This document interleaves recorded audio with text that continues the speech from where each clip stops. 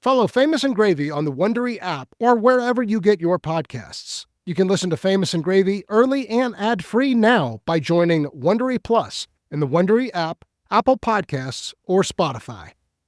This message comes from Greenlight. Ready to start talking to your kids about financial literacy? Meet Greenlight, the debit card and money app that teaches kids and teens how to earn, save, spend wisely, and invest with your guardrails in place. With Greenlight, you can send money to kids quickly, set up chores, automate allowance, and keep an eye on your kids' spending with real-time notifications. Join millions of parents and kids building healthy financial habits together on Greenlight. Get started risk-free at greenlight.com/Wondery. Your weekly dose of romance and drama has arrived. Season 29 of The Bachelor is here, and Grant Ellis, certified hottie and former day trader, is trading his day job on Wall Street for a second chance at everlasting love. New episodes drop every Monday at 8/7 Central, bringing you fresh twists in Grant's journey to find his soulmate. This self-proclaimed mama's boy is all grown up and ready to invest his heart. Will his playful charm win over the house full of hopefuls, or will the competition prove too intense? From heartfelt moments to adrenaline-pumping dates, each week brings new surprises in the mansion. Will Grant find his perfect match or end up with a broken heart? Tune in every Monday at 8/7 Central on ABC and stream on Hulu for new episodes of The Bachelor. This is Famous and Gravy, biographies from a different point of view. To participate in our opening quiz, email us at hello@famousandgravy.com. Now here's the quiz to reveal today's dead celebrity. This person died 2008, age 83. In 1943, he joined the Navy Air Corps to be a pilot. When a test showed he was colorblind, he was made into an aircraft radio operator. My military history is basically zero, so... I might actually know this one for once. I don't know it yet. Ronald Reagan? Not Ronald Reagan. In the early 1950s, he was accepted as a student at the Actors Studio in New York, where he took lessons alongside James Dean, Geraldine Page, and Marlon Brando. I know it's not Leslie Nielsen. This is just pulling out of thin air, but I'm thinking about the guy who played Captain Picard. I'm happy to report that Sir Patrick Stewart, as of this recording, is still with us. Okay. In midlife, racing became his obsession. His racing career included his first race in 1972, his first professional victory in 1982, and his co-ownership of an Indy racing team, which won 8 series championships. There is one name that I know, but that I can't think of. Dale Earnhardt. Not Dale Earnhardt, but good guess. All right. In 1982, as a lark, he decided to sell a salad dressing he had created and bottled for friends. Thus was born an enterprise. The brand has expanded to include lemonade, popcorn, spaghetti sauce, pretzels, and wine. Got it. Paul Newman. Paul Newman. Is it Newman's Own, that salad dressing? Randy Newman. Is that his first name? God damn it. What's his name? Today's dead celebrity is Paul Newman.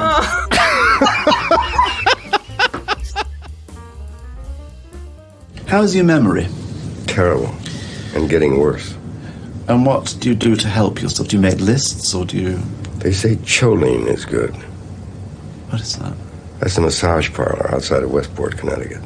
No, it's a Address. vitamin. Well, I remember the bad things, and I have trouble remembering the good things. You sure as hell have a lot of good things to remember. No, but I can listen to them while you tell me. Well, you've got a good wife, and you've got a fairly fulfilled career, which in a kind way allows you to choose whatever work you may want to work at, given the right material.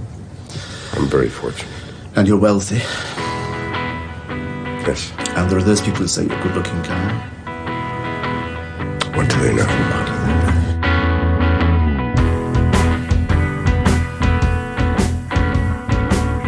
Welcome to Famous and Gravy. I'm Michael Osborne. And my name is Michael Warburton. And on this show, we choose a famous figure who died in the 21st century, and we take a totally different approach to their biography. What didn't we know? What could we not see clearly? And what does a celebrity's life story teach us about ourselves? Today, Paul Newman, died 2008, age 83. So, Amit is away today, but I am thrilled to be joined by Michael Warburton. Michael is an actor based in the UK. He and I connected a few years ago on social media. Whether you are on Twitter, X, Threads, or Blue Sky, if you like Famous and Gravy, you will love following Michael Warburton. His posts are all about hidden moments in pop culture history. Michael previously joined me on our Philip Seymour Hoffman episode, and more than anything, I'm excited to welcome my friend back to the show. It's an absolute pleasure to be back here on Famous and Gravy. Let's just get to it. Category 1, grading the first line of their obituary. Paul Newman, one of the last great 20th century movie stars, died Friday at his home in Westport, Connecticut. He was 83. Okay, that's it. Yeah, you and I looked at this the other day and I was like, wait, that's it? That's it. I have had so many reactions to this first line of the obituary. I was expecting Paul Newman, the blue-eyed actor from Butch Cassidy, HUD, The Verdict, and Nobody's Fool, who also parlayed his success into race car driving and philanthropy, entrepreneurship, and was on salad dressing bottles, died in Connecticut. They didn't do any of that. Like, all of that stuff comes later in the obituary. Now, are they going for more with less or something? I don't know. What was your reaction to this first line? Well, my initial reaction was, well, that's kind of ridiculously succinct. Yeah. But then the more I looked at that opening sentence, two things. I thought to myself, well, it made me as a reader want to know more. It made me want to read the rest of the obit. So it hooked you in that way. Yeah. Yeah. And I think that tallies with what you just said about the less is more thing. But also the second thing I like, the statement about one of the last great 20th century movie stars, that's a hell of a thing to say, period. But what it does do is I think it instantaneously gives the reader the sense of status that this guy had in terms of being an icon. Yeah. I mean, it's all that they say. Full stop. Let me tell you another reaction I had to this. Okay, so what's interesting is he dies in 2008, but then like in 2022, we suddenly learn a lot about Paul Newman through one primary source that becomes two things. So he in the 80s and 90s had gotten interested in maybe doing a memoir, and he had a friend do a number of interviews with him and everybody in his life. He has those recorded on cassettes. Then he burns those tapes, but the transcripts survive. And so a few years ago, his family says, we'd like to make these transcripts available. They turn into two things. One is the Ethan Hawke documentary, Last Great Movie Stars, and then there's also a Paul Newman memoir. These are released in 2022. We don't hear any audio because the cassettes were burned by Paul Newman in the 90s, but the transcripts make all this material available.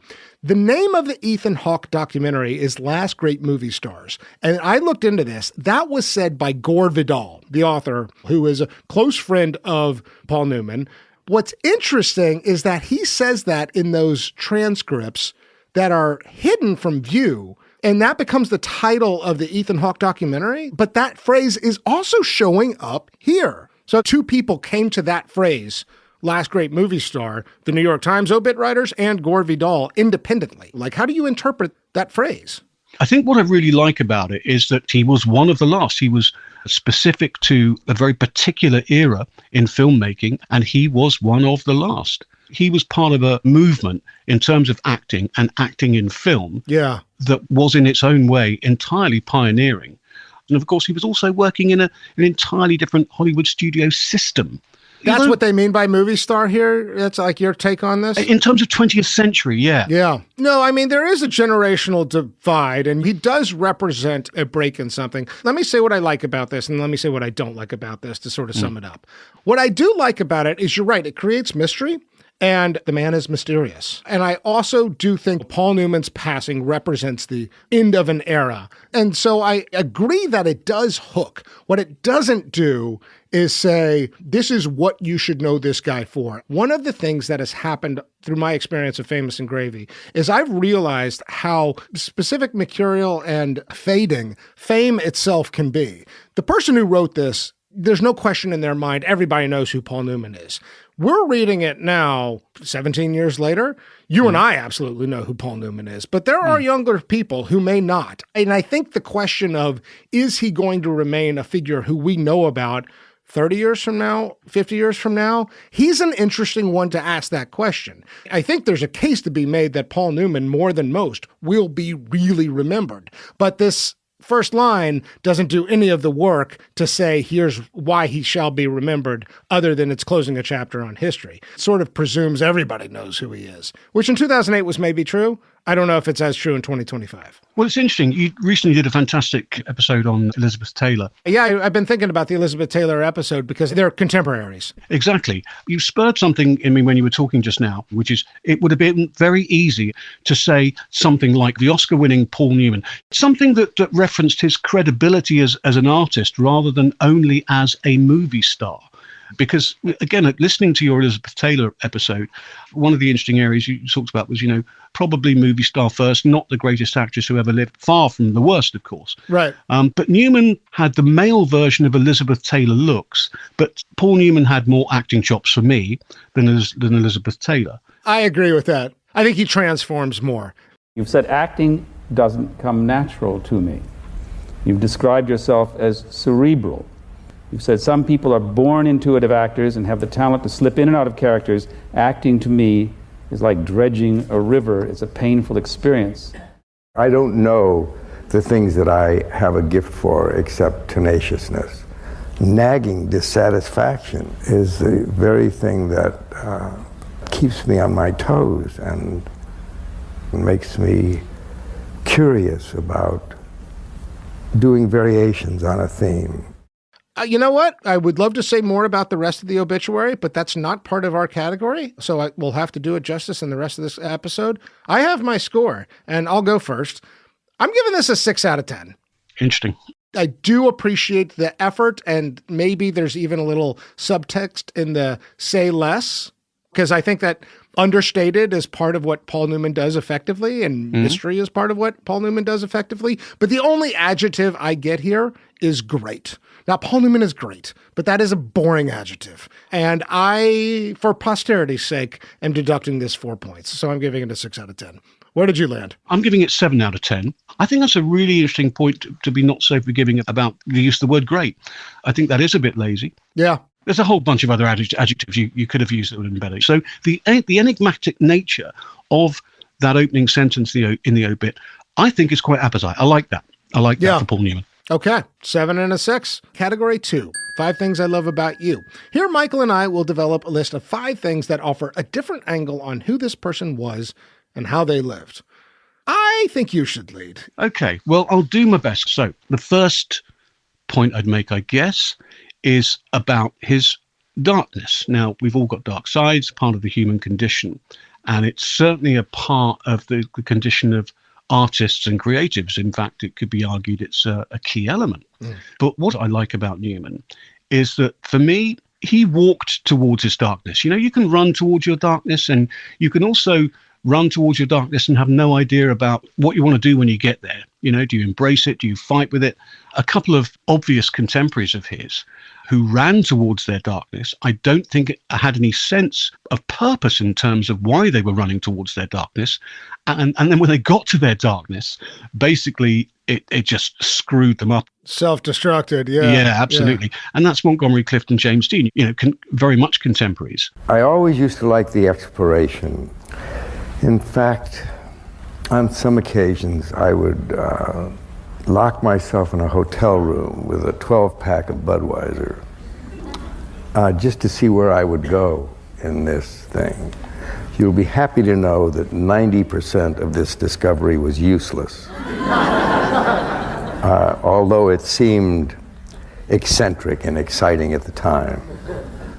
He knew he had to engage with, converse with, and to whatever degrees he could, accept his darkness and his darknesses. I like the distinction between running and walking here, because it's a sort of patient step towards for an artist. There's something compelling about that visual. Well, there's 2 elements to it. So it's not only the fact that he walks towards it, but I think he walks towards it with a sense of purpose. I think he wants to know more about himself in order to be, and we'll expand on this later, I'm sure, in order to be the truest, most authentic version of himself. And if the key task in life is to be oneself, and if that key task is one of the hardest things to do in life, then I think you not only have to walk towards your darkness, you have to do so with purpose. And then once you get there, you have to engage with it. It's almost like he walked towards his darkness in the healthiest, unhealthiest way possible, or the unhealthiest, healthiest way possible. There was balance and there was purpose to it. And I love that about the guy. The thing about him burning the tapes of his recordings, I mean, how does one discover oneself? I mean, some of it is through art, and acting is so interesting that way because we get to try on different aspects of our own personality and our own emotions. But then there's also other paths towards self-reflection, and it is a conflicted journey for all of us. To have burned the tapes, but the transcripts are still out there, kind of speaks to that inner conflict. Who am I? And how do I even figure out who I am? And how much of it is public? And how much do I make available to the public? And how much of it is like unanswerable? Because it is always unanswerable. My wife this morning, she gets an email for like word of the day, and her word of the day, it's colliginous. And I was like, I have no idea what that means. And she said, well, it means misty, dim, obscure, dark. And I thought, oh, Jesus, that's perfect for the Paul Newman episode today. So I had a similar thing, colliginous. All right, I think that lays the groundwork for us. I'm going to go to my thing number 2. I'm going to go with his philanthropy. His turn towards being the salad dressing guy, it's unbelievable how successful that business has been. You know, somewhere in the neighborhood of $500 million to $1 billion have gone to charities. I mean, this man gave away a lot of money. To this day, Paul Newman products are on the grocery store shelves, right? Some people know him more as the marinara guy than from the actor. He realized at some point that the adoration that he was drawing was powerful and that the best thing he could do would be to turn it all back around and give it all back away. And that's essentially the second half of his life. I mean, he continues to act, but his effort to create a model where we're going to sell products in the grocery store and everything is going to be given away is such an unbelievable legacy. It's simple and it's something everybody knows about him, but I wanted to call it out. So that's my thing number 2. There's a quote that I really like that's always kind of with me. And the quote is very simply this: people say a lot, so I watch what they do. Newman was a doer, and I think that the philanthropic side of him that you've just highlighted absolutely makes that abundantly clear. For number 3, it is the fact that he was a doer. And it was kind of interesting. I thought I knew a fair amount about Paul Newman, but in doing research for this, you learn stuff. And one of the things I realized whilst I was doing the research that is this: I have a very small kind of mini pantheon of heroes. But Paul Newman wasn't in there. The more research I did on him, the more I found out about him, the more I completely surprised myself and realized, hey, this guy's coming into my mini heroic pantheon. And I was really surprised by that. I wasn't expecting that because some of my other heroes are kind of what I believe are as kind of genius levels. Yeah, I know you've talked about Sellers and Mel Brooks and Maya Angelou and Wells and Muhammad Ali, people like that. They were at genius levels in terms of their craft. I still don't think even now that Newman was at genius levels in any of the areas he worked in. It's not about intellect, it's about something else. Well, it's about doing. And this is my point. He did a lot. He didn't just talk about it. He did a lot. And I suddenly found myself looking at Newman sort of 360 degrees. And I just went, you know what? The definition of a hero to me is not that you're an inspiration. You have to be many things. But I'm looking at you, Paul Newman, and I'm going, you are an inspiration, actually. So what do you have in mind there? Are you thinking about race car driving? Are you thinking about his role in rescuing the Actors Studio? I mean, the thing is, like, he's very active behind the scenes. There's almost a restless energy. I mean, I guess it's all of those things. But, what do you really have in mind that points you to, we ought to talk about this guy as a possible hero? So it is the fact that he wasn't only an actor, he was a producer, and he was a pioneer in that regard. He was also a director. He was nominated for an Oscar as a director for Rachel. A lot of people don't know that. Yeah. He obviously was a hugely committed, vocal political activist. He was a racer and ended up being a race team owner with Newman Haas. Obviously, a lot of people knew about his philanthropic side via Newman's Own. This guy had a marriage that lasted half a century, which when you're one of the most attractive, sexiest, handsome, lusted after and famous men in the world, in Hollywood, working with some of the most beautiful women in the world, is kind of incredible that he had a marriage that lasted half a century. I'm not saying for a second it was perfect. No, and we'll get to that later. We'll get to that later. Yeah, absolutely. But it's incredible he had a 50-year marriage. It is a very, very full life. But I think also it's not just that. It's why. All the things that Newman did and did to the nth, for me, he did as a pure, authentic expression of himself. And I love the dude for that. Love him. Yeah. What makes some actors political and some not? I suppose if you get into all the complicated reasons, it sounds kind of pretentious or academic or whatever it is. And what it finally boils down to is a couple of things, is that you count up your number of children, and I think the political commitment somehow with me grew every time I had another child. And also, I think it's convenient for some people to stay out of a hassle. There's something in me that digs the hassle, and I get involved in it.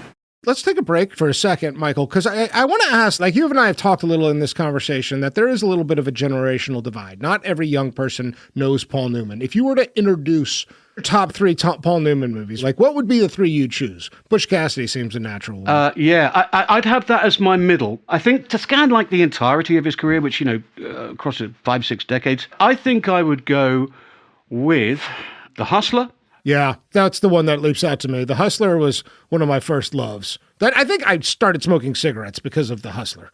I'm serious. Yeah. And I definitely learned how to play pool because of The Hustler. I love that movie. It's kind of like Casablanca in a way, right? It's like it captures a moment in time and a sort of atmosphere that's a little seedy and a little mysterious, but also, it's cool. It's super cool. That is such a great call. In terms of atmosphere, feeling, vibe, and it's got that in absolutely spades. So I think I'd go The Hustler, I think I'd go Butch Cassidy and the Sundance Kid, and then do you know what?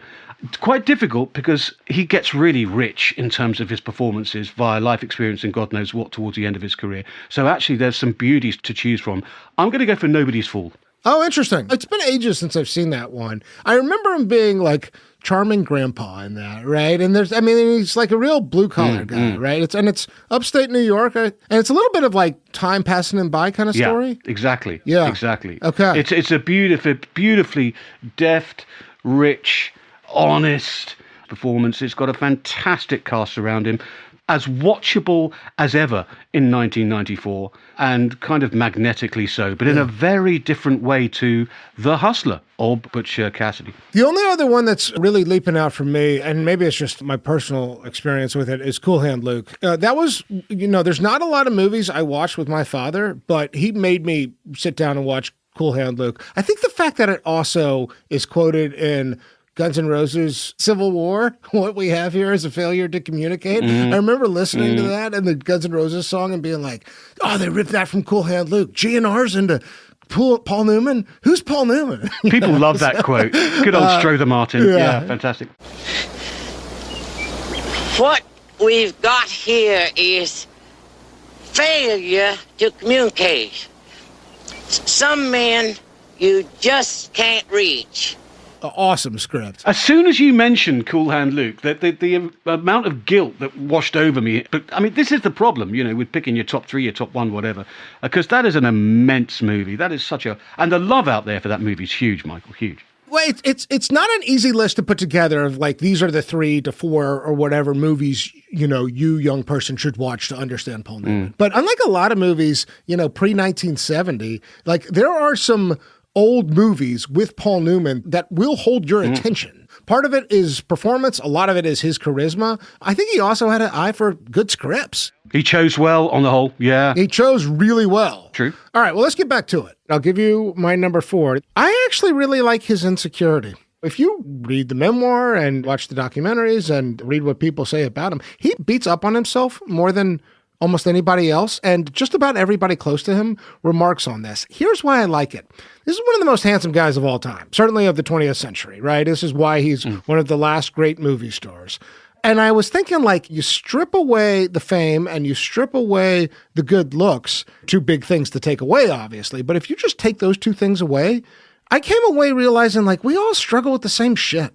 And he really tries to lay that bare.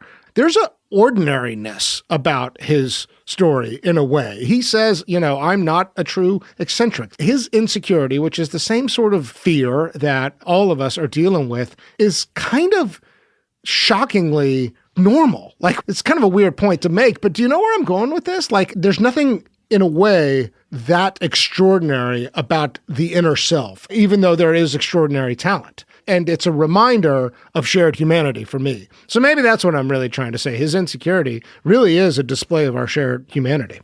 I think for all his drive and passion and focus, competitiveness, and even disarming charm, Newman also, from what I can make out, genuinely loved his simple family life. I'll go even so far as to say genuinely needed the simple life.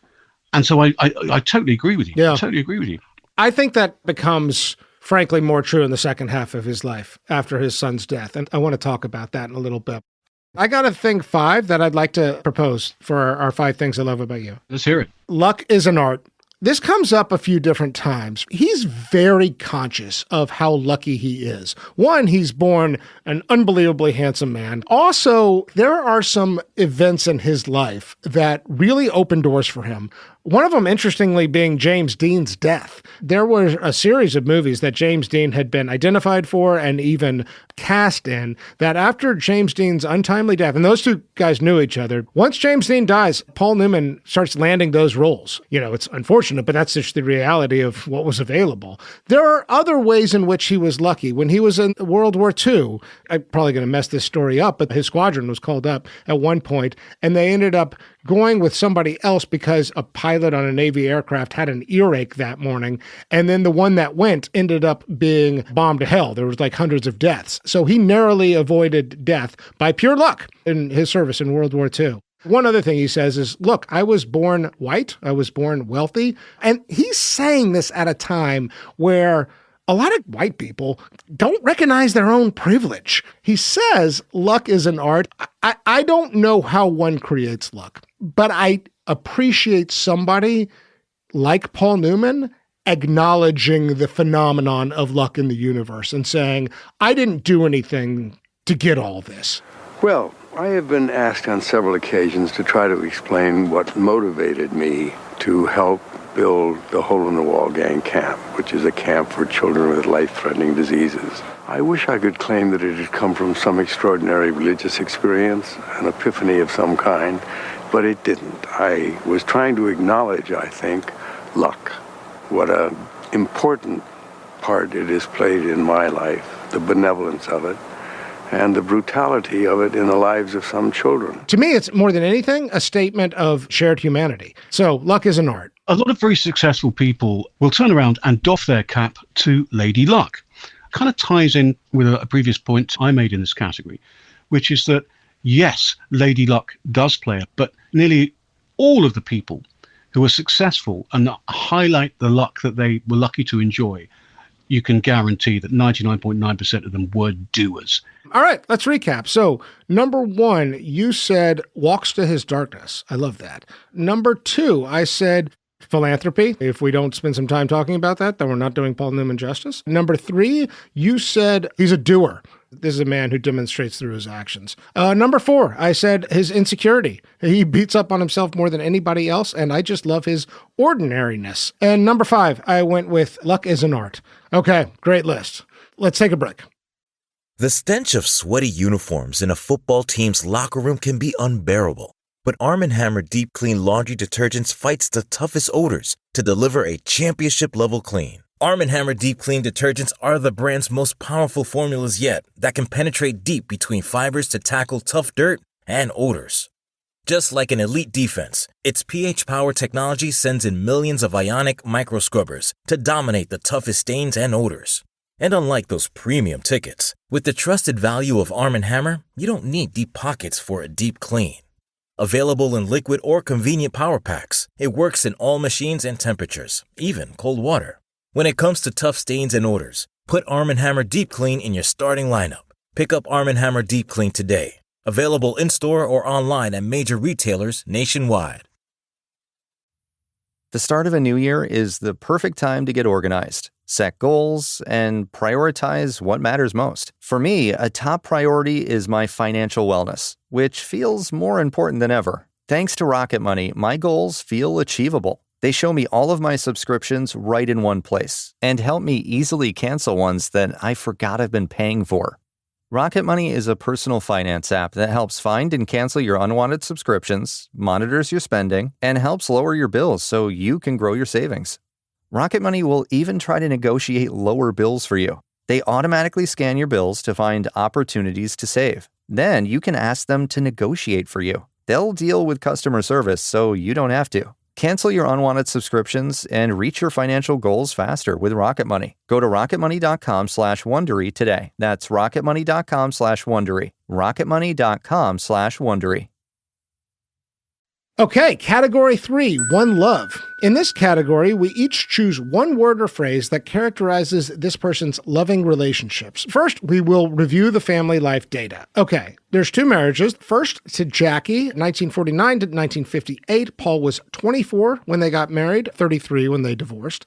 The second marriage, the far more famous one, Joan Woodward, they started an affair in 1953. So there's about 4 or 5 years where Paul and Joan are together, but Paul and Jackie are still married. A lot of conflict in those years. Paul and Joan married in 1958, almost immediately after he got his divorce, and they were together until his death in 2008, so married about 50 years. He had 3 kids with each woman, all girls except for his oldest son, Scott. Scott OD'd in 1978, and after he died, Paul Newman and Joan Woodward started a recovery center in his name, and I have a lot I want to say about that. I mean, this is one of these marriages that's like Hollywood royalty legend. And before the memoirs came out and before their, the sort of renewed scrutiny of their lives a couple years ago, there were rumors of things being rocky behind the scenes, but the memoir and the documentary really do kind of have a warts and all quality to them. It turns out there was some infidelity, not totally surprising, some really rocky moments. They did renew their vows in 1983. And personally, I think as they age, there is a little bit more truth to the beautiful marriage we see on screen. But the earlier years were rockier than maybe we knew. What did you come up with for your one word or phrase? What I came up with was something that I don't think gets associated with Paul Newman enough, and that word is laughter. I think the guy was really, really funny.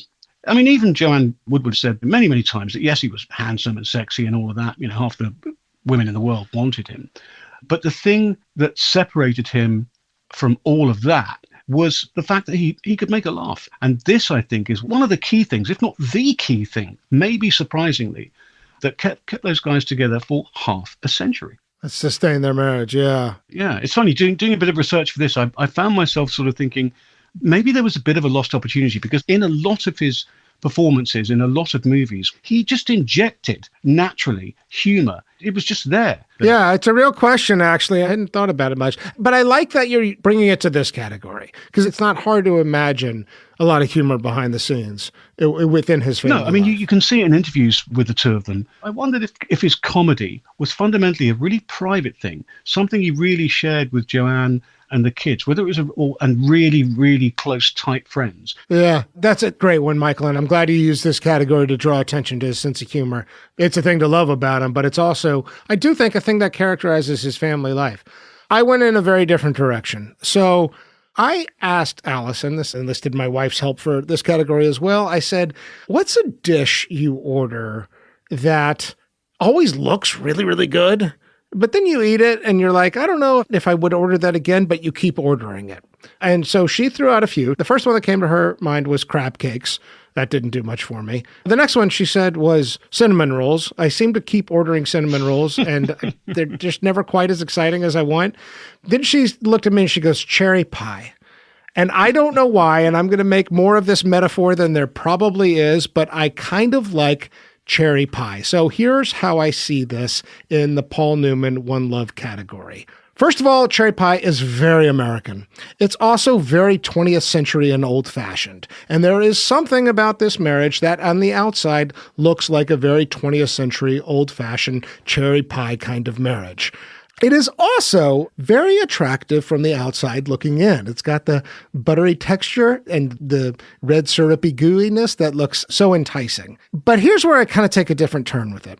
I think, for me, the big unlock of understanding Paul Newman's biography was once I learned that his son OD'd in 1978, I couldn't get off of that. And it became, for me, a real hinge point in his life. I have a very good friend who lost his son when his son was 4 years old to cancer. I remember saying to him one time, I cannot imagine. And what he said was, no, you can't imagine it. And in fact, don't even try, because you'll drive yourself crazy trying to get there and you won't come anywhere close. So don't bother. He also said something else, this same friend. He said, when something like that happens to you, it leaves a scar that never heals up, but you have a choice. And that choice is you can collapse inward or you can open your heart and explode outward. I realize this is a stretch with my whole cherry pie analogy, but that's kind of what I see with Paul Newman after his son dies. I see not a thoroughly selfish, dark man before that, although I think that there's some element of that. But after 1978 and in the second half of his life, his heart opens up. His acting becomes better. His philanthropy becomes predominant. His willingness to be generous and to distance himself from the sort of Hollywood mythology. I see almost like a heart exploding, a cherry pie falling apart. And the last thing I'd say about my cherry pie analogy, again, I know it's kind of a reach, to actually make the cherry pie taste as good as it looks takes work. And that's clear in the marriage too. So cherry pie, make of that what you will. One thing you reminded me of, a quick story where they had a huge row, him and Joanne. And he said, right, that's it, I'm leaving. And he stormed out of the house. And he got outside the house, walked around the house, came back to the front door, knocked on it. Joanne obviously opened it. And he said something to the effect of, well, there's nowhere else I want to go. And, the subtext, they're not even subtext, is totally clear. You're my girl. You're my lady. There's no one else I want to be with. This is my home. My home is where you are. I mean, my one hesitation with cherry pie is like, I should stay away from food analogies, because there's that famous quote of Paul Newman saying about infidelity, why go out for a hamburger when I've got a steak at home? Joan Woodward apparently hated that quote. And so I'm like, hey, maybe I shouldn't go with food. I'm going with food. So cherry pie. That's my one love. All right, let's move on. Category 4, net worth. In this category, Michael and I will write down our numbers ahead of time. We'll talk a little bit about our reasoning, and then we will look up the net worth number in real time to see who's closest. Lastly, we will place this person on the Famous and Gravy net worth leaderboard. So this is kind of a hard one, right? Because there's a period of time where Newman is a A-lister, like he is a big-time box office draw. Butch Cassidy was huge, Towering Inferno, Cool Hand Luke. I mean, over and over, people are going to the movies to see him. At the same time, there's also this big turn towards philanthropy. So he's obviously giving a lot of it away. So I struggled with this a little bit, but that was a little bit of my thinking leading into Yeah, this. same here. He's a tough read in this regard, isn't he? He could have amassed an absolute fortune. He was savvy. He was street smart. That's the thing. Like, this guy could be a billionaire if he wanted to be, but like, he's not greedy, and that's kind of obvious. So it was hard to land on a number. Anyway, okay, let's reveal. So Michael Warburton wrote down 60 million. Interesting. Okay. You're saying 120 million. I am saying 120 million. Okay, I'll be interested to see where this lands. All right, let's look it up. Actual net worth number for Paul Newman. 80 million. Okay, so you're closer. Well done, sir. Okay. I like that it's in between. And, these are big numbers, obviously, unfathomable numbers for you and me, but, we kind of honed in on the right answer. I'm good with that. Because I reckon at that figure, he's been giving it away, looking after people, all that stuff. We've talked a little bit in the conversation about how younger audiences might not know who Paul Newman was. This number helps capture his stature in the industry. But obviously, if you're able to sell salad dressing, marinara sauce, popcorn, I mean, his likeness, his face had a tremendous amount of power. And, this could have been much higher. So, yeah, I kind of love this number, I got to say. All right, well, let's put him on the Famous and Gravy net worth leaderboard. So this puts him in a three-way tie at position 17. He's tied with Casey Kasem and Muhammad Ali, just below Harold Ramis, our last episode, and just above Alex Trebek and Donna Summer. Okay, well done, Paul Newman. Well done, Muhammad Ali, and very well done, Casey Kasem. That's right. Okay, next category, Little Lebowski Urban Achievers. They're the Little Lebowski Urban Achievers. Yeah, the Achievers. Yes, and proud we are of all of them. In this category, we each choose a trophy, an award, a cameo, an impersonation, or some other form of a hat tip that shows us a different side of this person. I'll go first because we actually haven't talked about this. Paul Newman made Nixon's enemy list. For those of you who don't know, Nixon's enemies list is the informal name of what started as a list of President Nixon's major political opponents. It got into the hands of a journalist. If you look at this list, there is nobody else famous. I mean, nobody else we would recognize today. It's mostly journalists. There's one Hollywood executive on there. But Paul Newman made it, and he apparently took a tremendous amount of pride in the fact that he was on Nixon's enemies list. And this whole list was, I should say, Nixon was a, vindictive person, but he would attack political opponents. And this list was like, this is who we're going to go after. We're going to try to bring the weight of the state. We're going to send IRS audits. We're going to manipulate grants and federal contracts. I mean, it was how Nixon went after his enemies. Tricky dicky, yeah. This is the only movie star on Nixon's enemies list. So that says something about Paul Newman's vocalness, like how much he's out there on the campaign trail. One of the biggest questions in this campaign is who our country belongs to. Does it belong to the big corporations like ITT and the oil interests who make large secret contributions and expect favors in return? To leaders of the Pentagon who insist that we pay more and more to big defense contractors whether we like it or not? Or does it belong to you and me? I mean, that is strange. I mean, again, there's famous photos of him out there marching with Charlton Heston, James Baldwin, Marlon Brando, Well, he was at the I Have a Dream speech, the March on the Capitol. He is a very active figure. And I don't think anything ever came of this for Paul Newman other than I could see him learning this information and his face like lighting up with a smile. I can see it. I can see it. I made it, Yeah.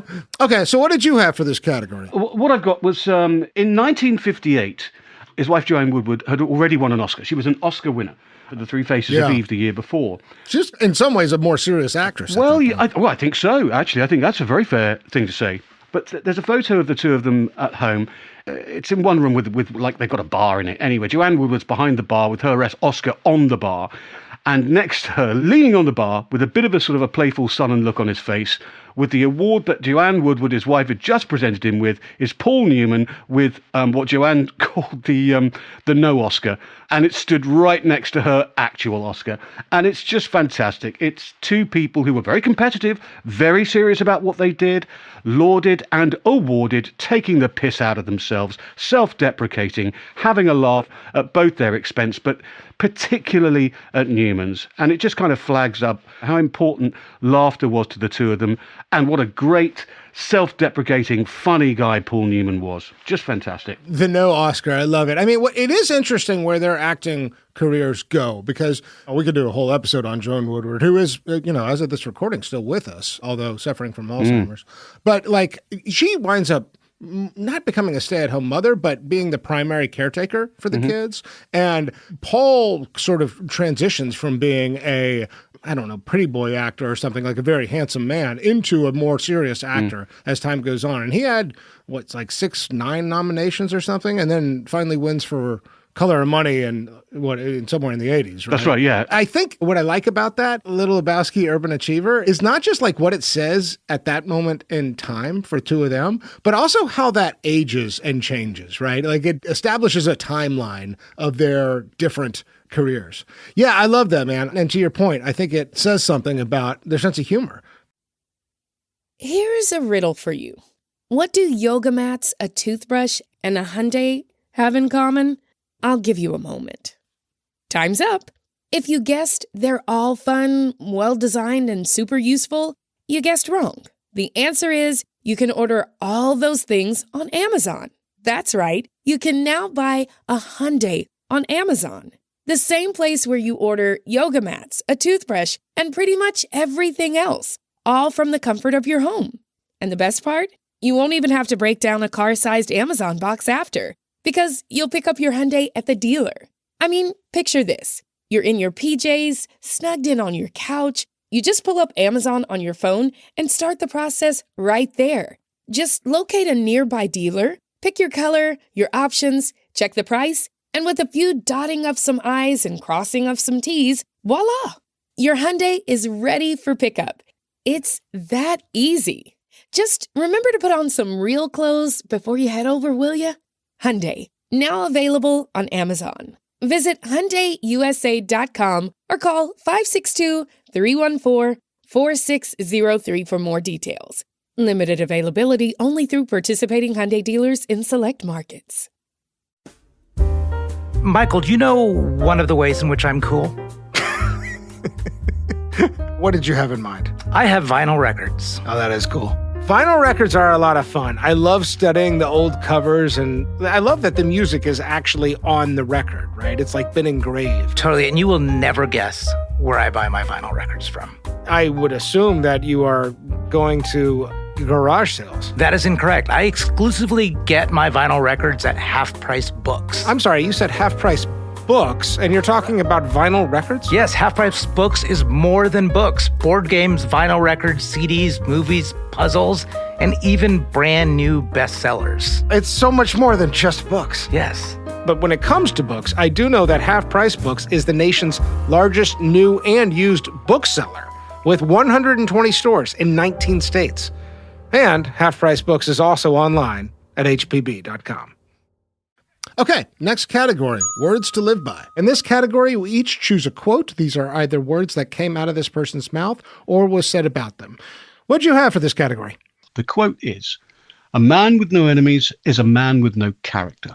For me, this again relates to the desire for authenticity that I think was a key part of Paul Newman and the way he lived his life. Again, we're back at that thing of if the hardest thing in life is to be yourself, if that's the key and maybe even primary objective, then he went about that. And I think this quote testifies to that really well. Can I be honest? Mm-hmm. I'm not sure I relate to this one, but it's challenging me in a good way. Go on. I'm thinking about who are my enemies. My psychology is such that I want to blame systems rather than people for my frustrations with the world, whether they be personal or professional or political or whatever. I want to fight for a worldview that says systems screw up people, but that's the root cause of the troubles with our world. And so I want to make the case that while people need to be shamed, punished, canceled, if you want to use that term, I guess, I also want to fight for forgiveness. And I guess maybe as I listen to this quote, a man with no enemies is a man with no character, it's challenging to me. It's not to say I don't have enemies, and maybe I need to get more honest with myself about who my enemies are, because they're probably out there. But it challenges me. Well, actually, I'll tell you what, let me point something out you're saying there. So you said two words, out there. Now, that guy, because of his fame and celebrity, was out there. Yeah. He's got very few places to hide, even if indeed he wanted to hide, and he didn't. So, for instance, 19th on Nixon's enemies list. Who wouldn't want to be an enemy of Nixon? He was justifiably proud of that. And he was an enemy of Nixon because he stuck his neck out. I mean, it's about fighting on some level. And what are you fighting for? And he was a fighter. He did stick his neck out and he did take risks, and he tried to parlay his power into social good in a lot of different places. I'm asking, can I make that apply to me, and what needs to be true about my life so that that's true? Let me say this, Michael. These are good words. I'm glad you brought this up. I'm realizing that certain insecurities are coming up as I'm looking at these words. Interesting. But that's the point, man. That's the point of the show. Yeah, exactly. You know, reflections, mirror up to oneself. Who are we? What are we? Enemy is a strong word. Look, I've been an actor since the age of 11, so that's, nearly 47 years. So I've been around a long time, and there are some people that I've fallen out with. There are people who I'm pretty certain over the course of 47 years won't like me or will say bad things about me or still are. Yeah. Hey, man, the truth is I see that shit coming at you online too. Yeah, exactly. I've been trolled. The point is there are some people like Newman with Nixon. I'm glad you're my enemy. You're a dick. Yeah. So, yeah. I guess the other thing I'd say about this one, Michael, is the flip side of that is that if you don't have enemies, then you may be bending over backwards to get people to like you. And I think that that's something about what this is in response to. Is this is coming from Paul Newman, one of the most likable people of all time, or one of the most likable people of the 20th century. Men wanted to hang out with him and women wanted to be with him. And what he's saying is, yeah, you should have enemies. So it's not just the quote, it's the horse's mouth. Well, hell, okay, having talked about that, my words to live by is a little bit less potent, but here's what I got. He said, the trick of living is to slip on and off the planet with the least fuss you can muster. I'm not running for sainthood. I just happen to think that in life we need to be a little like the farmer who puts back into the soil what he takes out. It's funny, based on the conversation we just had about having enemies and fighting, what I see, again, in the second half of Paul Newman's life is he becomes a channel things are coming in. Wealth is coming in. Adoration is coming in. A mythology is coming in. Power is coming in. And he sees it as his moral and spiritual obligation for it to go right back out, for it to come in through the farm and out through the grocery store aisle. Actor Studio is struggling. I'm going to step in with James Lipton and rescue this son of a bitch. Everywhere I can, I need to be a channel for positive change. I need to put back into the soil what I've taken out. It gets back to the luck and gratitude point I was making earlier. What could be better than to hold your hand out to people who are less fortunate than you are? That's simply the way I look at it.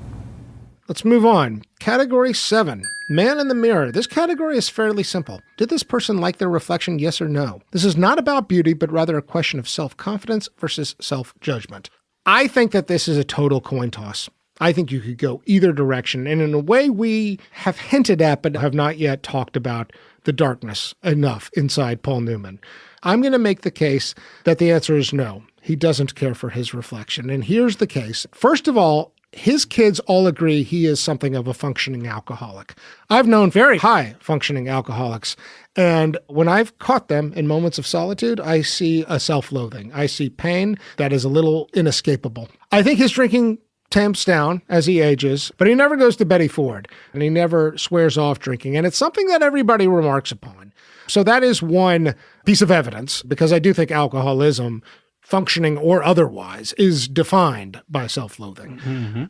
I think the race car driving thing, on one hand, it looks awesome. It is also, to me, a sign of self-destructiveness. He is flying down the racetrack at ungodly speeds, and the wrong turn could end everything. I get the adrenaline rush. I'm not a racing or car guy, but I can see the allure.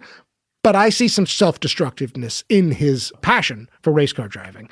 I also think, more than anything else, he at times talks about his conflicted relationship with his own handsomeness. I think he becomes a little more comfortable in his skin with age as his beauty fades.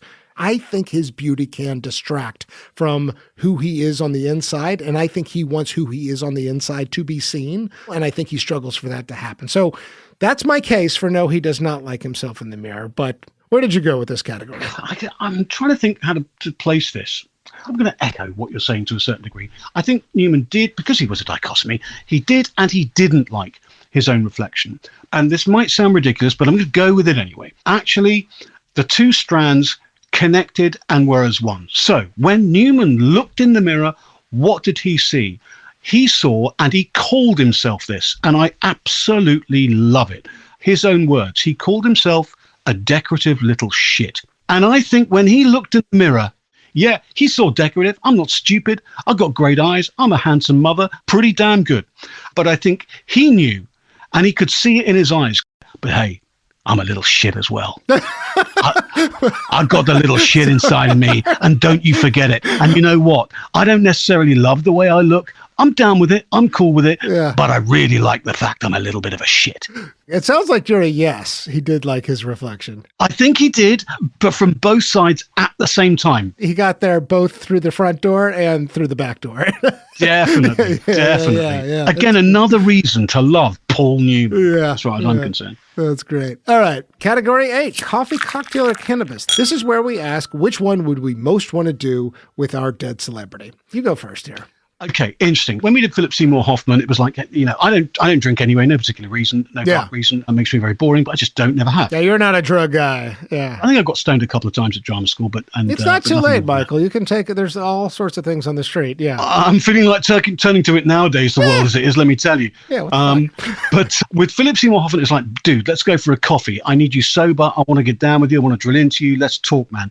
But Newman is different. So I want to go get stoned with Paul Newman. Okay. I want to get high with Paul Newman. Right. There's a very famous photo of him in a t-shirt, in shorts, no shoes, holding 4 beers, and the t-shirt says, "Get really stoned." I want to get really stoned with Paul Newman. Yeah, I think of this as the wake and bake picture. He looks like somebody on a Saturday morning who stepped out to drop the beer bottles in the garbage bin outside and is going back in to hit the bong and watch cartoons with a bowl of cereal. Look, he looks like shit.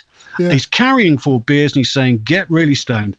I want to get stoned with Paul Newman. Love it. Oh, great answer. Okay. I struggled because I think about this category in two ways. One is what's the vibe? What's the hangout? And you really just spoke to the vibe hangout. So there's a part of me that definitely was like, I'd like to get stoned with Paul Newman somewhere in the mid-70s and just laugh. The other part is always like, what are my lingering curiosities here? What other question would I really like to put to this guy?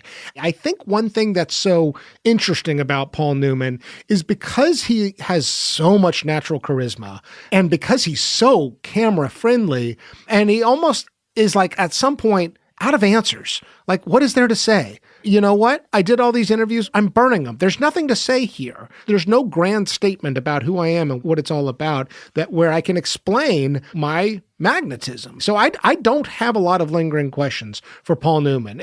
I went with coffee. I think it is more the elder statesman, Paul Newman, that I'm interested in. Mm-hmm. And I think I would probably want to ask him some questions really about his political life. I kind of would want to know what he wants for us, what he wants for all of us. There's a certain sort of challenge with somebody who has this kind of charisma where everybody is looking at him all the time and he's wanting to turn that mirror outward and he can only do it so effectively. But I think he wants to. And I think what my friend said to me once upon a time about what it's like to lose a child, I wonder if he would agree with that and if he would add to it and elaborate on it. And I think him coming to know himself was his whole journey. And I think he gets there. I think he aligns with his inner and outer self as he approaches the final stages of his life. But I feel like there's more words of wisdom there. And there's maybe even an understanding of his own personal tragedies. I can imagine Paul Newman turning around to us en masse and saying, hey, you know what? Just be yourselves. Go figure that out. I don't know how to get you there. Only you can get you there anyway. No one else can. I had a teacher at drama school taught the likes of Danny Day-Lewis and Tony Hopkins, Gene Wilder, all those guys. And at the end of every lesson, he would turn around in a very thick Jewish Prussian accent. And Rudy would also always turn around and just say, all right, find out. And basically, he'd just be saying, look, I've given you what I know. Go off and make of it what you will. And I like the idea of Newman turning around and saying basically a similar thing to all of us. You know what? I can only speak for myself. I have only lived for myself. I've tried to do right by myself and those others that I've cared about. Maybe that's something to bear in mind. It's not all about you, but go find out for yourself. All right. That brings us to category 9. The Vanderbeek, the final category, named after James Vanderbeek, who famously said in Varsity Blues, I don't want your life. In that Varsity Blues scene, James makes a judgment that he does not want a certain kind of life based on a single characteristic. So here, Michael Warburton and I will form a rebuttal to anyone skeptical of how Paul Newman lived. It's always helpful to start with the counter-argument. What is James saying when he says, I don't want your life, Paul Newman? You know, obvious thing is the loss of a child.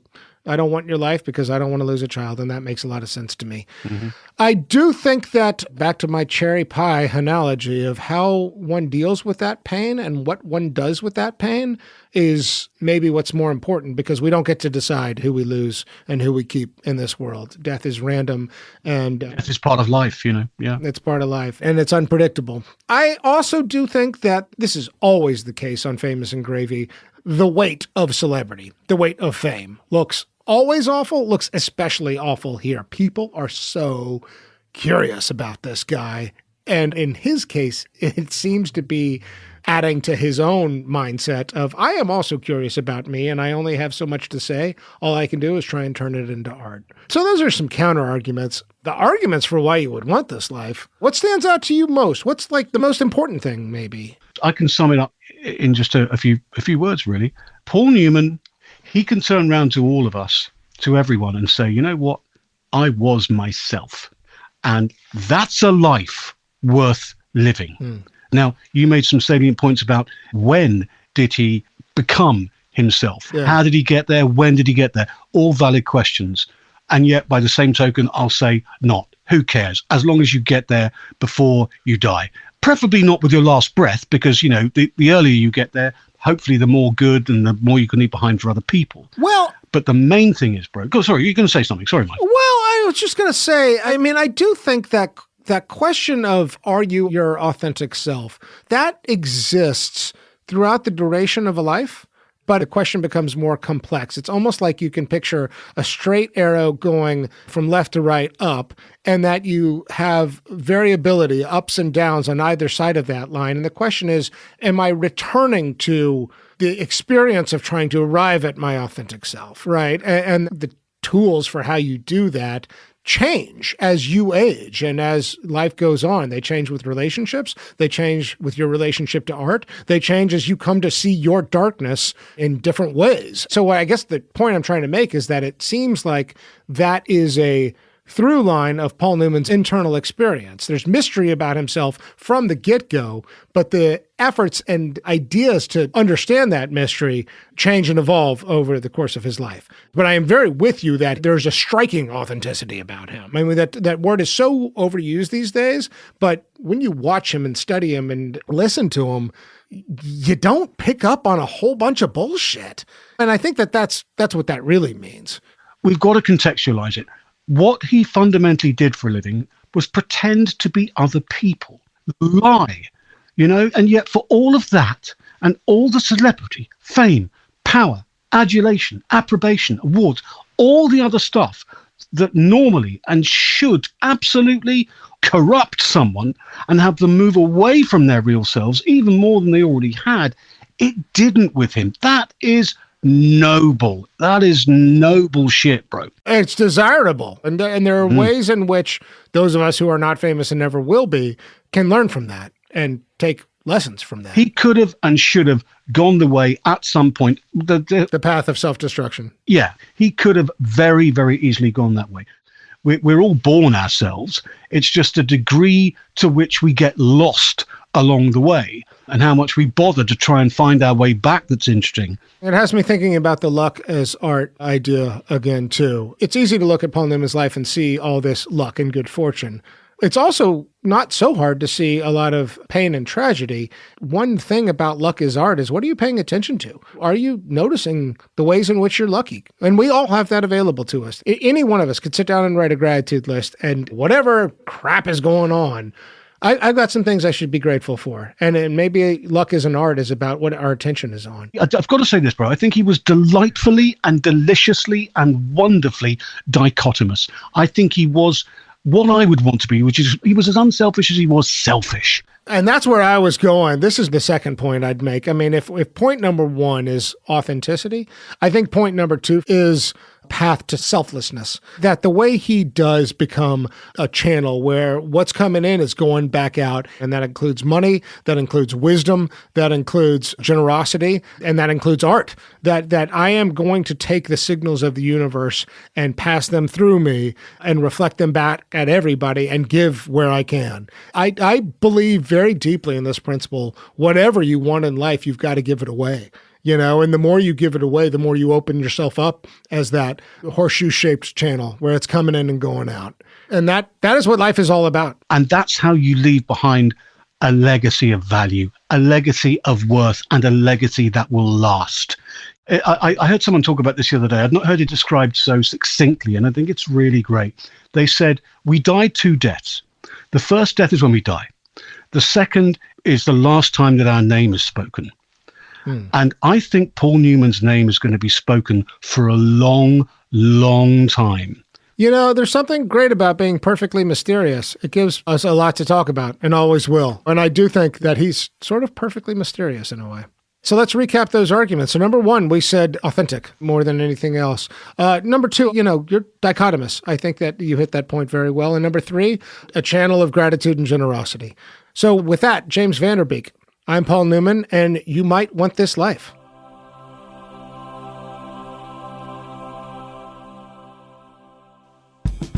So, Michael Warburton, if listeners enjoyed this episode with Paul Newman, is there an episode from the Famous and Gravy archives that you would recommend? It's Elizabeth Taylor. Elizabeth Taylor was a courageous lady. The famous quote from her is, "I'm Mother Courage, baby. I've been through it all." She was a courageous lady. And I think Newman was courageous. There's something they shared. That Elizabeth Taylor episode is a spankingly brilliant one anyway. It's absolutely fantastic. But I think if you like this, I think you'll like that. They're not dissimilar in many ways. Awesome. Episode 93, American Royalty with Elizabeth Taylor.